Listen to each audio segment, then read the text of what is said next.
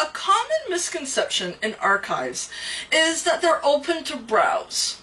Now, we want to make our visitors as comfortable as possible when they're with us, but unfortunately, we cannot allow them to look around our storage vaults. Many people will say, "Oh, we don't want to bother you, we'll get it ourselves." But believe me, it's no bother. That's what we're here for.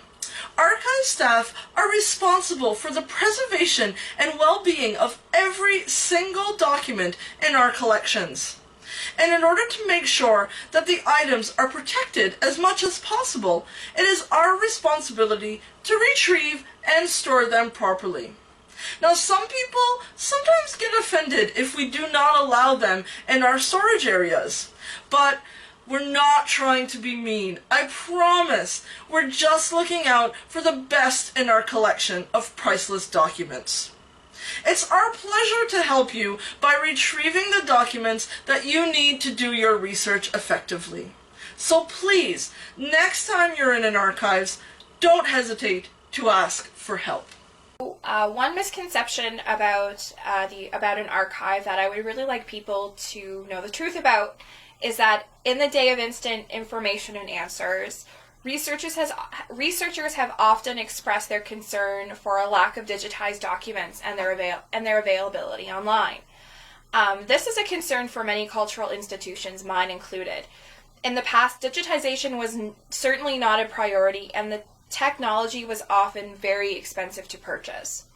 This has caused a backlog of records and documents that many institutions are struggling to get through and to digitize. Personally, I have actually seen a shift in this. My education included a technological component, including computer coding, building databases, and inputting data from archival documents into a basic library catalog, which is known as a crosswalk. When a research request actually arrives on my desk, I often have to conduct a forensic analysis of copious records to find the correct material to send to the researcher. Archivists have the skills and training to conduct this type of research and to digitize, but we need the necessary time to do so, and in my opinion, this makes the wait worthwhile. Many individuals come to our center thinking that it's our job to do research for them, which is not usually the case.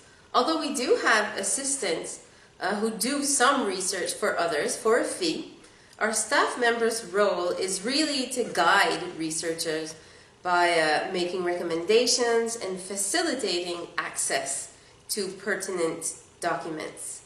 But the biggest misconception maybe that visitors have is that items can be found quickly and on demand in an archive center. Many assume that staff members are experts on everything related to local history and that we have answers to all their questions right in our heads, almost like if we operated as a Google engine. So getting visitors to understand better understand that research is often a process which can be time-consuming at times is certainly challenging. And for this reason, creating finding aids and new research tools has become a priority for us.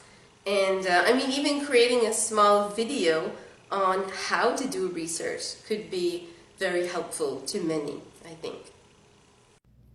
If there was one misconception about archives that I wanted people to know the truth about, it would be that they are not the stuffy and stodgy institutions that are unfriendly and unwelcoming to visitors that they are sometimes portrayed as. Instead, they are inviting and welcoming and friendly organizations who are there to help you with all of your research needs. So don't be afraid to go into your local archive and do a little bit of digging, and I think you'll find it's a lot more inviting than you expected.